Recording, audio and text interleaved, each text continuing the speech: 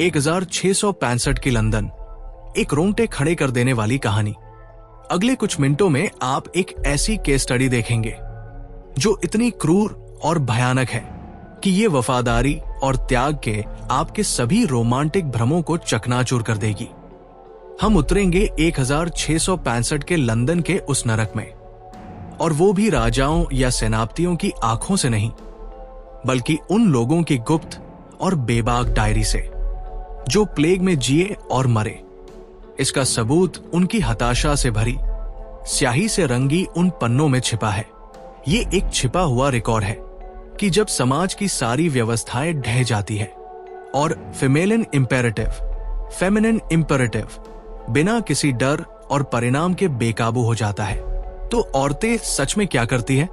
इसका फायदा आपको आखिरकार व्यवहार के उन आदिम और अक्सर अंधेरे ड्राइवर्स को समझने को मिलेगा, जो आधुनिक जीवन की पतली परत के नीचे निष्क्रिय पड़े हैं। ये ज्ञान निराशावादी नहीं है, बल्कि ये रक्षात्मक है। ये अंतिम ब्लैक पिल है, जिसे दर्शन की किताबों में नहीं, बल्कि सच्ची मानवीय पीड़ा की आग में गढ़ा गया है। प्लेग का खौफनाक सफर। लंदन में मौत की गंध एक भौतिक उपस्थिति थी। ये एक मोटी, मीठी और सड़न भरी इत्र थी, जो बंद दरवाजों से भी रिसकर अंदर आ जाती थी, ऊनी कपड़ों से चिपकी रहती थी और गले के पिछले हिस्से में अटक जाती थी। ये एक लगातार घुटन भरी याद दिलाती थी कि भगवान ने मानो शहर से मुंह मोड़ लिया था।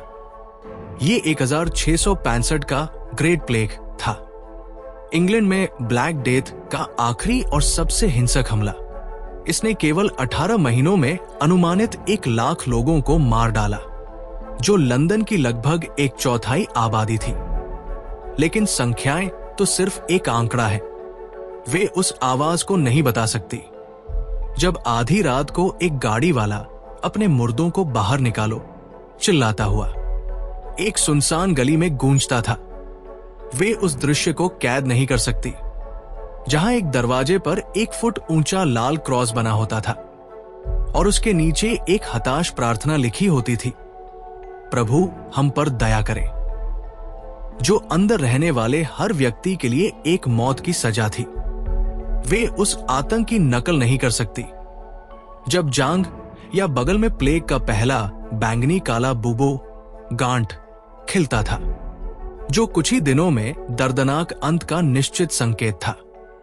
ये एक ऐसी दुनिया थी जहां भविष्य की अवधारणा ही खत्म हो गई थी। सामाजिक अनुबंध, जिसके बारे में हॉब्स खुद चैनल के उस पार सोच रहे थे, वो सिर्फ टूटा नहीं था, बल्कि चूर चूर हो गया था। इसकी जगह अस्तित्व के लिए एक आदिम संघर्ष ने ले ली थी, और मानवीय सभ्यता के इस एब्सोल्यूट जीरो में हमें अपना सबसे बेबाक डेटा मिलता है। हम मृत्यु दर के आंकड़ों को नहीं देख रहे हैं, बल्कि हम आत्मा के खाते को देख रहे हैं। और प्राथमिक स्रोत जैसे सैमुअल पेप्सी और रेवरेंड थॉमस विंसेंट की डायरी और दिल दहला देने वाले बिल्स ऑफ मोर्टेलिटी व्यवहार के एक ऐसे पैटर्न का खुलासा करते हैं जिसे आधुनिक भावनाएं नजरअंदाज करने की पूरी कोशिश करती है। बंद दरवाजों के पीछे का सच, एमेलिया की कहानी, Saint Giles in the Fields के पैरिश रिकॉर्ड्स में दबी हुई बंद पत्नी की कहानी पर गौर करें। जब एक घर में संक्रमण होता था तो अधिकारी सचमुच दरवाजा बंद कर देते थे, स्वस्थ और बीमार दोनों को एक साथ मरने के लिए छोड़ देते थे। एक व्यापारी जिसका नाम एडवर्ड कूपर था, उसमें टोकन प्लेग स्पॉट्स दिखने लगे थे जो अंत का संकेत थे। उसकी पत्नी, जिसे रिकॉर्ड्स में केवल एमेलिया के नाम से जाना जाता है, वो स्वस्थ थी। जब सर्चर्स दरवाजे पर निशान लगाने आए तो उसने उनसे मिन्नतें की। मैं बीमार नहीं हूं, उसने दावा किया। मुझे अपने मरते हुए पति के साथ बंद नहीं किया जा सकता। उसकी मिन्नतें चीखों में बदल गई जैसे जैसे हथौड़े की आवाज गूंजी और उसके भाग्य पर मुहर लगा दी गई।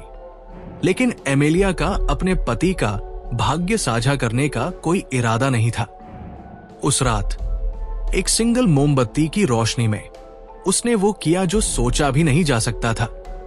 उसका पति बुखार से बेहोश था और विरोध करने के लिए बहुत कमजोर था।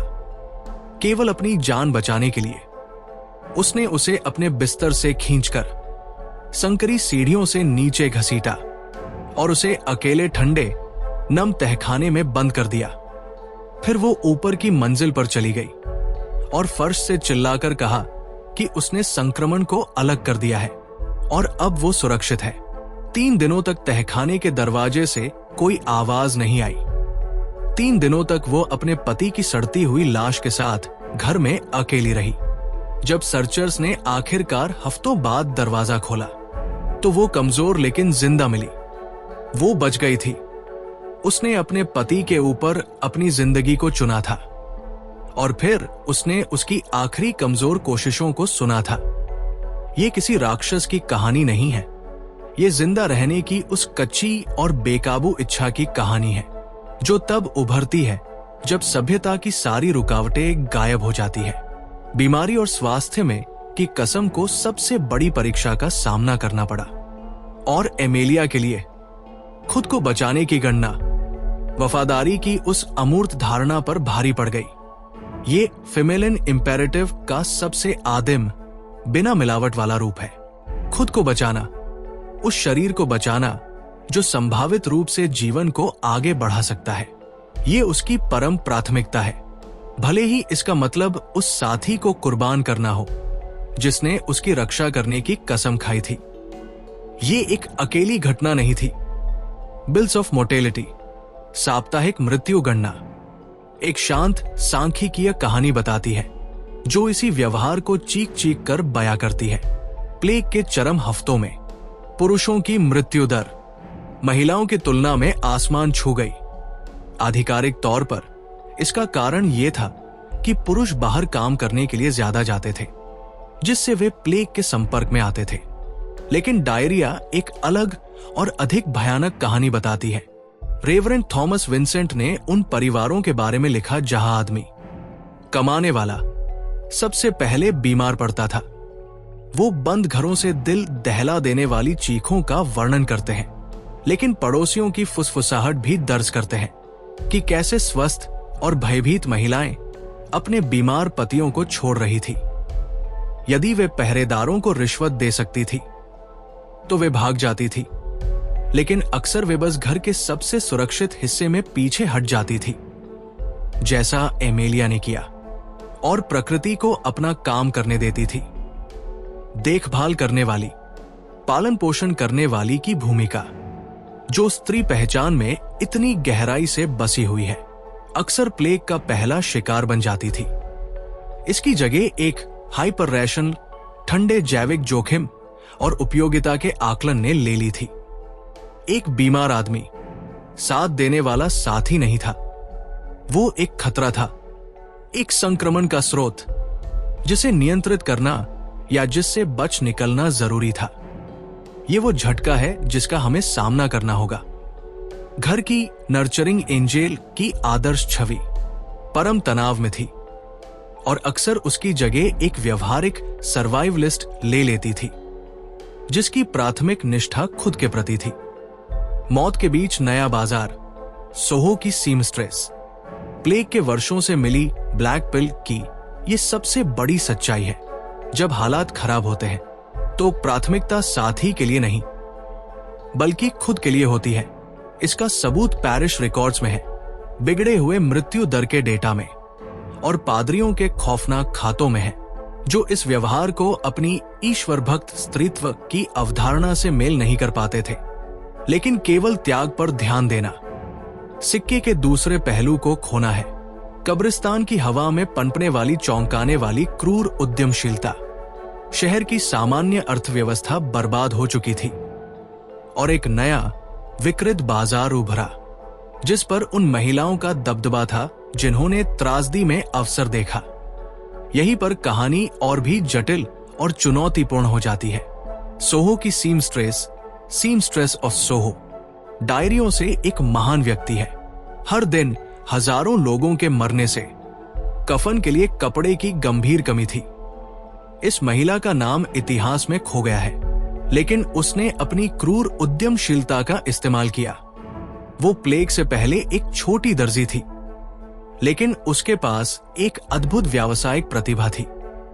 वो अपने छोटे स्वस्थ बेटे को भेजती थी, क्योंकि माना जाता था कि बच्चे कम संवेदनशील होते हैं, ताकि वो मुर्दों की गाड़ियों का पीछा करे। जब किसी अमीर घर से लाश उठाई जाती थी, तो अक्सर परिवार मृतक को मरने के बाद की यात्रा के लिए अच्छे कपड़े पहनाता था।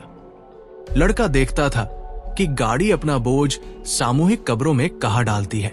अंधेरे की आड़ में सीमस्ट्रेस खुद उन कब्रों पर जाती थी, एक चाकू और एक लोहे के पेट के साथ। वो उलझी हुई और चूने से ढकी लाशों के बीच से रास्ता बनाती थी, अच्छे कपड़े पहने हुए लोगों को ढूंढती थी और उनके कीमती रेशम, लिनन और ऊनी कपड़े उतार लेती थी। फिर वो इन प्लेग दूषित कपड़ों को अपनी दुकान पर वापस लाती थी, उन्हें सिरके और जड़ी बूटियों में उबालती थी और उनसे कफन बनाती थी, जिन्हें वो दुख में डूबे और डरे हुए अमीर परिवारों को अत्यधिक कीमत पर बेचती थी। उसने मृतकों को एक कमाई का जरिया बना दिया। वह सर्वनाश के बीच बहुत अमीर हो गई। उसकी कहानी सांस रोक देने वाली हिम्मत और एक पूर्ण नैतिक उलटफेर की है। देखभाल करने वाली स्त्री का आदर्श पूरी तरह से गायब था। उसकी जगह एक निर्दयी पूंजीवादी थी, एक परजीवी जो दूसरों की त्रासदी पर पल रहा था और अपने भौतिक लाभ के लिए आम आतंक का फायदा उठा रहा था। वो केवल जीवित नहीं रह रही थी, वो फल फूल रही थी। उसने पतन को अंत के रूप में नहीं, बल्कि एक रीसेट के रूप में देखा। एक नया क्रूर योग्यतावाद, मेरिटोक्रेसी के आधार पर सामाजिक व्यवस्था को फिर से लिखने का मौका, जो हिम्मत, बेरमी और वो काम करने की इच्छा की योग्यता पर आधारित था, जिसे दूसरे अकल्पनीय पाते थे। ये व्यवहार मानवीय प्रकृति की अंधेरी दार्शनिक समझ के साथ मेल खाता है। शोपेनहावर ने अपने केंद्रीय कार्य the world as will and representation में तर्क दिया कि हमारे मूल में हम तर्कसंगत प्राणी नहीं हैं, बल्कि जीने और आगे बढ़ने की एक अंधे, संघर्षरत, अनैतिक इच्छा की अभिव्यक्ति है। उन्होंने कहा, बुद्धि केवल उस इच्छा के लिए एक उपकरण है। प्लेग ने शिष्टाचार, नैतिकता और सामाजिक ढोंग की परत को फाड़ दिया और इच्छा को उसके सबसे कच्चे रूप में उजागर कर दिया। बंद पत्नी के लिए इच्छा शुद्ध आत्मसंरक्षण के रूप में प्रकट हुई। सोहो की सीमस्ट्रेस के लिए इच्छा केवल जीने की नहीं, बल्कि हासिल करने, हावी होने की एक ड्राइव के रूप में प्रकट हुई। बुद्धि का एक हथियार के रूप में भौतिक उन्नति के लिए उपयोग करने की, यहां तक कि मौत में डूबी दुनिया में भी। फीमेलिन इंपेरेटिव इस रोशनी में एक सामाजिक निर्माण नहीं है, बल्कि एक जैविक और आध्यात्मिक शक्ति है। इसका प्राथमिक लक्ष्य जीवित रहना और उस अस्तित्व के लिए संसाधनों का अनुकूलन, ऑप्टिमाइजेशन करना है। एक स्थिर समाज में यह प्रेरणा एक विश्वसनीय साथी को खोजने और बच्चों के लिए एक सुरक्षित वातावरण को सुरक्षित करने के लिए प्रवाहित होती है। लेकिन प्लेग के कुल पतन में नियम बदल गए। विश्वसनीय साथी अब घर में सबसे बड़ा खतरा था। संसाधन एक स्थिर साथी द्वारा नहीं दिए जाते थे, उन्हें अराजकता से लिया जाता था। जो महिलाएं जीवित रहीं और खासकर जो फल फूल रही थी, वे वो थी जिन्होंने अपनी सहज प्रेरणा को नई भयानक वास्तविकता के साथ सबसे प्रभावी ढंग से हथियार बनाया। उन्होंने अपनी हाइपरगैमी की प्रवृत्ति को अनुकूलित किया। सबसे अच्छे उपलब्ध संसाधनों को सुरक्षित करने की ड्राइव, एक मजबूत आदमी को चुनने से लेकर शाब्दिक रूप से लाशों से संसाधन छीनने तक, ये वो असहज कर देने वाली, चौंकाने वाली सच्चाई है जिसका सामना डायरी हमें करने पर मजबूर करती है। ये महिलाओं की कमजोरी का नहीं, बल्कि उन आदिम प्रेरणाओं की भयानक ताकत और अनुकूलनशीलता का प्रमाण है, जो सभ्यता की रोशनी बुझने पर व्यवहार को नियंत्रित करती है। सबक आधुनिक दुनिया के लिए ये सिर्फ एक ऐतिहासिक जिज्ञासा नहीं है, ये आज की दुनिया के अंतर्निहित तंत्र को समझने के लिए एक खाका है। दबाव अलग है, प्लेग की गांठें और लाशों की गाड़ियां नहीं, बल्कि आर्थिक पतन, सामाजिक विखंडन और डेटिंग बाजार की मूक युद्ध प्रणाली। लेकिन अंतर्निहित मानवीय ऑपरेटिंग सिस्टम वही रहता है। बंद पत्नी का आधुनिक समकक्ष उस महिला में है जो अपने पति को नौकरी खोने या अपर्याप्त भावनात्मक समर्थन देने पर छोड़ देती है। सोहो की सीमस्ट्रेस का समकक्ष उस इन्फ्लुएंसर में है जो अपनी व्यक्तिगत त्रासदी को पैसा कमाने का जरिया बनाती है, या उस हाइपरगेमिस डेटर में है जो पुरुषों की एक श्रृंखला को संभावित साथी के रूप में नहीं, बल्कि एक संसाधन निष्कर्षण रिसोर्स एक्सट्रैक्शन ऑपरेशन के रूप में देखती है। संदर्भ साफ है, डिजिटल है, आधुनिक है, लेकिन इंजन प्राचीन है। प्लेग ने नया व्यवहार नहीं बनाया, इसने केवल फिल्टर हटा दिए जिससे हमारी आधारभूत प्रोग्रामिंग का कच्चा संकेत भयानक स्पष्टता के साथ देखा जा सका। इस चरम घटना का अध्ययन करके हम स्त्री द्वेष में नहीं डूब रहे हैं, हम बौद्धिक तैयारी में लगे हैं। हम समाज के क्रैश टेस्ट फुटेज का अध्ययन कर रहे हैं ताकि हम अपने सामाजिक वाहनों में कमजोरियों और डिजाइन दोषों को बेहतर ढंग से समझ सके।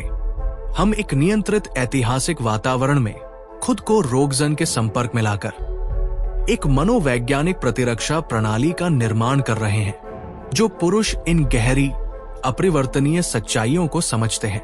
वही वो है जिन्हें चौंकाया नहीं जा सकता, जिन्हें मोह भंग नहीं किया जा सकता, और जो आधुनिक दुनिया को वास्तविकता की एक शांत अटूट समझ के साथ नेविगेट कर सकते हैं।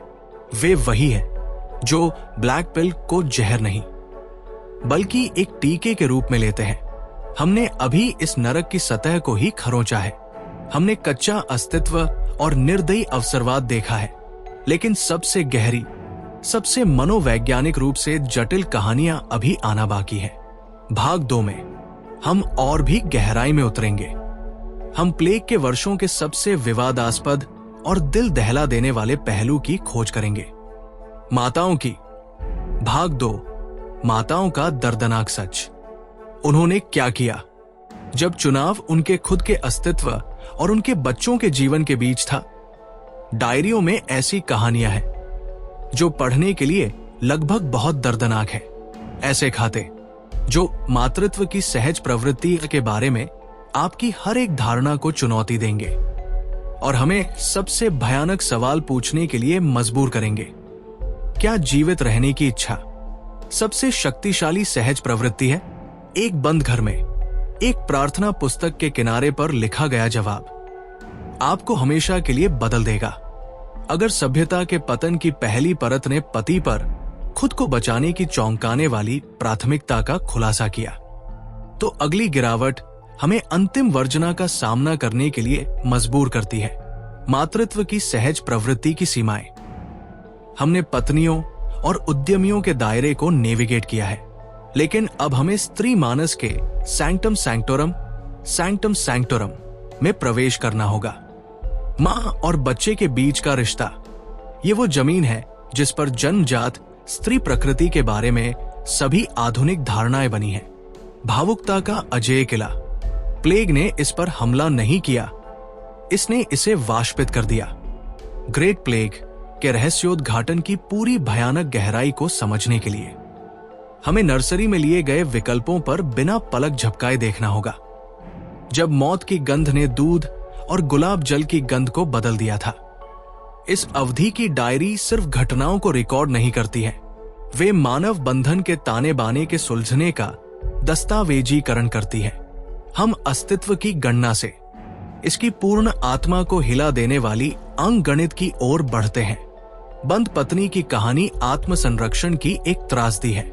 सीमस्ट्रेस की कहानी महत्वाकांक्षा की एक अंधेरी कहानी है, लेकिन माताओं की कहानियां वो है जो वास्तव में ये तय करती है कि जब इंसान पूर्ण विलुप्त होने का सामना करते हैं तो वे क्या करने में सक्षम होते हैं। ये कमजोर दिल वालों के लिए नहीं है, ये ब्लैक पिल का मूल है जो सबसे गर्म आग में कठोर हो गया है जिसकी आप कल्पना कर सकते हैं। सेंट बोटो विदाउट एलगेट के पैरिश रिकॉर्ड्स पर विचार करें, जो एक महिला जिसका नाम एन क्लार्क था के बारे में बताते हैं।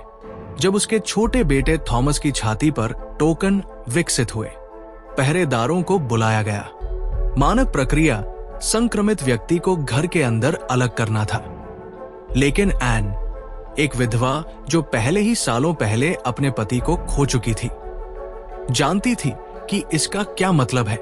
एक बीमार बच्चे के साथ एक बंद घर, उसके और उसकी 2 अन्य स्वस्थ बेटियों के लिए मौत की सजा थी।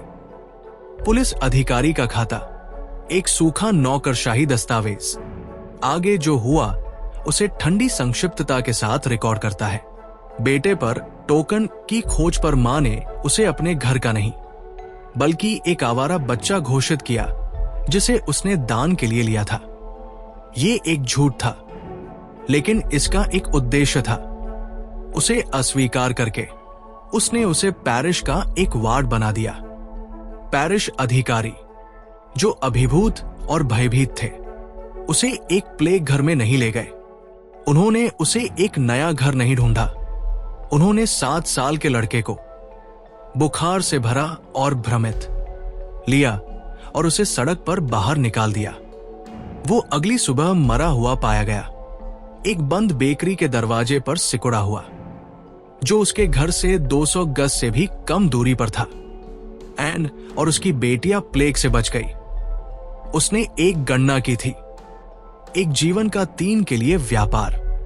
उसने मानवता में ज्ञात सबसे गहरे जैविक बंधन को तोड़ दिया था, ताकि आनुवंशिक अस्तित्व के व्यापक, अधिक क्रूर इंपेरेटिव को संतुष्ट किया जा सके। उसकी अधिकांश संतानों की मुक्ति। ये सरल बुराई की कहानी नहीं है, ये सोफी के चुनाव की कहानी है, जो लंदन की सड़कों पर हजारों बार हुआ, बिना किसी कथात्मक आराम, बिना किसी नैतिकता और बिना किसी न्याय के। ये एक ठंडा रणनीतिक बलिदान था जो पूरे शहर में खेला गया। फेमिनिन इंपेरेटिव, उसके सबसे डार्विनियन अर्थ में, हर बच्चे के अस्तित्व के बारे में नहीं है, बल्कि आनुवंशिक रेखा के अस्तित्व के बारे में है। जब संसाधन अनंत होते हैं तो ये पालन पोषण और सुरक्षा के रूप में प्रकट होता है। जब संसाधन शून्य होते हैं और खतरा पूर्ण होता है तो ये ट्रियाज के रूप में प्रकट हो सकता है। और एन क्लार्क की कहानी इसका अंतिम अभिव्यक्ति है। एक मां का प्यार व्यक्तिगत बच्चे से उसके रक्त संबंधों की अमूर्त अवधारणा की ओर बदल दिया गया, जो भयानक तार्किक बेरमी की एक ताकत बन गई। प्लेग के अनाथ और दूध वाली मां की कहानी। यह घटना इतनी सामान्य थी कि इसने अपनी एक विशिष्ट भयावता को जन्म दिया। प्लेग अनाथ, ये सिर्फ ऐसे बच्चे नहीं थे जिनके माता पिता मर गए थे। कई ऐसे बच्चे थे जिन्हें माता पिता ने जानबूझकर छोड़ दिया था, जो उन्हें रखने के लिए बहुत भयभीत थे। डैनियल डेफो ने अपनी a journal of the plague year में, एक ऐसे काम में जो उनके चाचा के सावधानी पूर्वक रिकॉर्ड पर आधारित था, इन बच्चों के गिरोह के बारे में लिखा है। छोटे छोटे लुटेरों के बैंड जो शहर के बाहरी इलाकों में घूम रहे थे, जंगली जानवरों की तरह भोजन की तलाश में। वे जीवित भूत थे। उनका अस्तित्व ही माता पिता और बच्चे के बीच के टूटे हुए बंधन का एक वसीयतनामा था। प्रसिद्ध एपोथेकरी विलियम बॉस ने अपनी डायरी में एक महिला के बारे में लिखा है जो अपने जुड़वा शिशुओं को न्यूगेट स्ट्रीट में क्राइस्ट चर्च की सीढ़ियों पर लाई थी। उसने उन्हें कसकर लपेटा, नीचे लिटाया और फिर रात में भागने से पहले घंटी बजाई। जब सेक्सटन ने दरवाजा खोला तो उसे बच्चे और उनके एक कंबल पर पिन किया हुआ एक नोट मिला। इसमें बस इतना लिखा था, भगवान मुझे माफ करे, उनकी खांसी भयानक हो गई है। ये नोट एक असनीय दबाव की दुनिया में एक छोटी सी खिड़की है। इसमें पूरा संघर्ष शामिल है। पाप की स्वीकृति, भगवान मुझे माफ करे, आदिम भय, भयानक और विनाशकारी कार्रवाई। ये एन क्लार्क की सोची समझी योजना नहीं थी। ये शुद्ध, बिना मिलावट वाला आतंक था। मातृत्व की सहज प्रवृत्ति, बीमारी के आतंक और एक भयानक मौत की निश्चितता से अभिभूत होकर। बस शॉर्ट सर्किट हो गई। भागने की इच्छा, खुद को बचाने की, क्षण भर के लिए बच्चे को बचाने की इच्छा को दबा दिया। ये कहानियां निर्दयता के बारे में नहीं है, बल्कि मानवीय भावना के टूटने की सीमा के बारे में है। वे दिखाती है कि सबसे मजबूत सहज प्रवृत्तियां भी पर्याप्त आतंक से बिखर सकती है। आधुनिक आदमी के लिए ये एक महत्वपूर्ण सबक है। ये दर्शाता है कि बिना शर्त प्यार जैसी अवधारणाएं प्रकृति के नियम नहीं है, बल्कि एक स्थिर, सुरक्षित समाज की नाजुक अभिव्यक्तियां हैं। उस सुरक्षा को हटा दे और स्थितियां बदल जाती है, और उनके साथ प्यार भी। ये उस आदमी के लिए मुक्ति है जिसने धोखा या त्याग महसूस किया है, और दिखाता है कि ये कार्य उसके मूल्य का प्रतिबिंब नहीं है, बल्कि संकट में मानव जानवर की वास्तुकला में छिपी एक संभावना है। फिर भी जैसा कि उद्यमी सीमस्ट्रेस के साथ हुआ, प्लेग ने केवल त्याग को प्रेरित नहीं किया, इसने मातृत्व की भूमिका के एक विकृत और चौंकाने वाले उल्टाव को प्रेरित किया। अगर कुछ माताओं ने अपने बच्चों को सड़कों पर छोड़ दिया, तो दूसरों ने उन्हें उपकरण के रूप में देखा, अस्तित्व की कुंजी के रूप में। ये मूरफील्ड्स की मिलकमदर की कहानी है।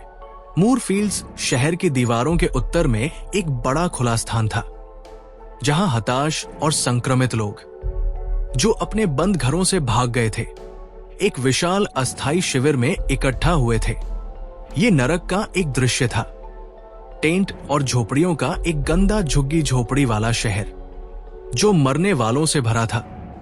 इस अखाड़े में एक विशेष प्रकार का शिकारी उभरा, एक महिला जो खुद स्वस्थ थी, एक बीमार शिशु को अपना लेती थी, कभी कभी अपना, अक्सर एक जिसे उसने एक मृत मां से लिया था या सड़कों से उठाया था। फिर वो इस मरते हुए बच्चे को उन अमीर पड़ोस में ले जाती थी, जो अभी भी व्यवस्था बनाए रखने की कोशिश कर रहे थे। वो एक घर के पास जाती थी और भिक्षा मांगती थी, अपने लिए नहीं, बल्कि अपने गरीब बीमार बच्चे के लिए। एक मां और एक बीमार बच्चे का दृश्य एक शक्तिशाली भावनात्मक ट्रिगर था। यहां तक कि उन कठोर समय में भी लोग अधिक उदारता से दान देते थे, और वे अक्सर दूरी से देते थे, संपर्क से बचने के लिए एक ऊपरी खिड़की से सिक्के या भोजन फेंकते थे। महिला इन भिक्षा को लेती थी और फिर अक्सर मूरफील्ड्स लौट आती थी और बच्चे को छोड़ देती थी या उसे बस मरने देती थी, इससे पहले कि वो अपनी ठगी को जारी रखने के लिए एक नया बच्चा हासिल कर सके। उसने परम भेद्यता और पालन पोषण के प्रतीक को बदल दिया था। मां और बच्चे को हेरफेर के हथियार और लाभ के लिए एक उपकरण में, वो अपने पीड़ितों में शेष मानवीय सहानुभूति के अंतिम अवशेषों पर परजीवी बन गई थी। ये कहानी शायद साधारण त्याग से भी अधिक परेशान करने वाली है, क्योंकि ये निष्क्रिय नहीं बल्कि सक्रिय है। ये मातृत्व की छवि का एक सचेत निंदक हथियार है। ये साबित करता है कि कोई भी आदर्श पवित्र नहीं है। हर मानवीय मूल्य, हर महान प्रेरणा को एक दिमाग द्वारा अस्तित्व के लिए एक रणनीति में रिवर्स इंजीनियर किया जा सकता है, जो ऐसा करने के लिए पर्याप्त बेरहम हो। ये स्त्री का अंतिम भ्रष्टाचार है, वो बिंदु जहां पोषण की प्रेरणा केवल अनुपस्थित नहीं है, बल्कि लाभ के लिए सक्रिय रूप से इसका ढोंग किया जाता है। निष्कर्ष, काला सच और आत्ममालिकी। हम इन कार्यों को किसी भी दार्शनिक ढांचे के साथ कैसे जोड़ सकते हैं? हमें शोपेनहावर की अंधी इच्छा से परे जाना होगा और कार्ल जंग की गहरी, अधिक जटिल अंतर्दृष्टि को देखना होगा। जंग ने छाया, शैडो के बारे में बात की, व्यक्तित्व के छिपे हुए, दमित, अक्सर अंधेरे पहलू, जिसमें वे सभी चीजें शामिल हैं जिन्हें हम अपने आप में स्वीकार करने से इनकार करते हैं। प्लेग ने इन व्यवहारों का निर्माण नहीं किया, इसने पूरे समाज की सामूहिक छाया को उजागर कर दिया। बंद पत्नी, उद्यमी सीमस्ट्रेस, गणना करने वाली मां और शिकारी दूध वाली मां, सभी प्रकट हुई स्त्री छाया के आदर्श हैं। वे पालन पोषण, वफादार, देखभाल करने वाले के विपरीत का प्रतिनिधित्व करते हैं। आत्मसंरक्षण, निर्दयी, जोड़तोड़ करने वाले और मौत देने वाले पहलू। सामान्य समय में इस छाया को प्रबंधित, दबाया और सामाजिक संरचनाओं के माध्यम से प्रसारित किया जाता है, लेकिन प्लेग के कुल पतन में यह अपनी सारी भयानक महिमा में बाहर निकल आया। ये महिलाओं की निंदा नहीं है, ये मानवता का एक निदान है। हर आदमी के पास एक छाया होती है और प्लेग ने अपने खुद के पुरुषत्व को बेकाबू हिंसा और अत्याचार के रूप में उजागर कर दिया होगा। यहां सबक खुद मानवीय स्थिति के बारे में है। हम एक अखंड महान प्राणी नहीं हैं, हम गहरे विरोधाभास के प्राणी हैं जो अपार बलिदान और अकथनीय क्रूरता दोनों में सक्षम है। जैसा कि प्लेग में पता चला, स्त्री छाया एक भयानक संपूर्ण का सिर्फ एक आधा हिस्सा है। इसे समझना ब्लैक पिल लेने का अंतिम चरण है। यह विपरीत लिंग के साथ क्रोध या मोह भंग से परे जाना है और वास्तविकता की एक गहरी, हालांकि भयानक ज्ञान तक पहुंचना है। यह वो समझ है कि प्रकाश छाया के बिना मौजूद नहीं हो सकता और ये कि इस अंधेरे की क्षमता उन संरचनाओं के भीतर ही मौजूद है जिन पर हम प्यार और सुरक्षा के लिए भरोसा करते हैं। तो आधुनिक आदमी के लिए अंतिम सीख क्या है? ये महिलाओं को संदेह या डर के साथ देखना नहीं है। ये गहन, अटूट संप्रभुता, सॉवरेंटी की स्थिति को प्राप्त करना है। ग्रेट प्लेग की कहानियां भावनात्मक और तर्कसंगत आत्मनिर्भरता के लिए अंतिम तर्क है। वे निर्विवाद रूप से साबित करते हैं कि बाहरी संरचनाएं, चाहे वो सामाजिक कानून हो या रोमांटिक रिश्ते, अंततः नाजुक होती है। वे पर्याप्त दबाव में विफल हो सकती हैं और होंगी। जो आदमी एक महिला के सत्यापन, वफादारी या पालन पोषण के इर्द गिर्द अपने भावनात्मक कोर का निर्माण करता है, वो एक भूवैज्ञानिक गलती रेखा पर अपना घर बना रहा है।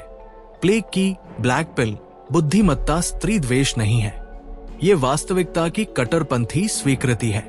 ये वो समझ है कि आपका मिशन, आपका उद्देश्य, आपकी स्थिरता आपके भीतर से आनी चाहिए। एक महिला आपके जीवन का एक पूरक होना चाहिए, एक मूल्यवान सहयोगी और साथी, लेकिन वो कभी भी इसकी नींव नहीं हो सकती। आपकी नींव आप ही होने चाहिए।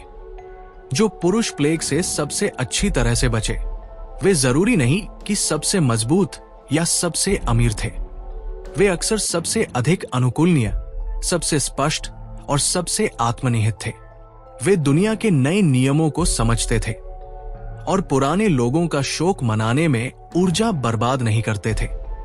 उन्होंने मानवीय प्रकृति में अंधेरे को स्वीकार किया, जिसमें उनका अपना भी शामिल था, और बिना किसी भ्रम के इसे नेविगेट किया। यही वो प्रेरणा है जो उस पाताल से ली जा सकती है। ये परम आत्म मालिकी की प्रेरणा है। मानव क्षमता के सबसे काले पहलुओं में घूरकर हम पराजित नहीं होते, हम अपने भ्रमों से मुक्त होते हैं, हम उम्मीद के अत्याचार से मुक्त होते हैं और अंत में दुनिया के साथ वैसे ही जुड़ सकते हैं जैसी वो सच में है, न कि जैसी हम उसे चाहते हैं। ग्रेट प्लेग पृथ्वी पर एक नरक था, लेकिन उस आदमी के लिए जो उसके सबक का अध्ययन करने को तैयार है, ये वो भट्टी बन जाती है जिसमें एक लौह पहचान, भ्रममुक्त और सही मायने में संप्रभु स्वयं को गढ़ा जा सकता है। डायरी सिर्फ मौत के रिकॉर्ड नहीं है, वे एक दर्पण है, और वे जो दर्शाते हैं वो एक भयानक, मुक्तिदायक सच्चाई है कि हम क्या है और उस सच्चाई का सामना करने के लिए आवश्यक अटूट ताकत क्या है।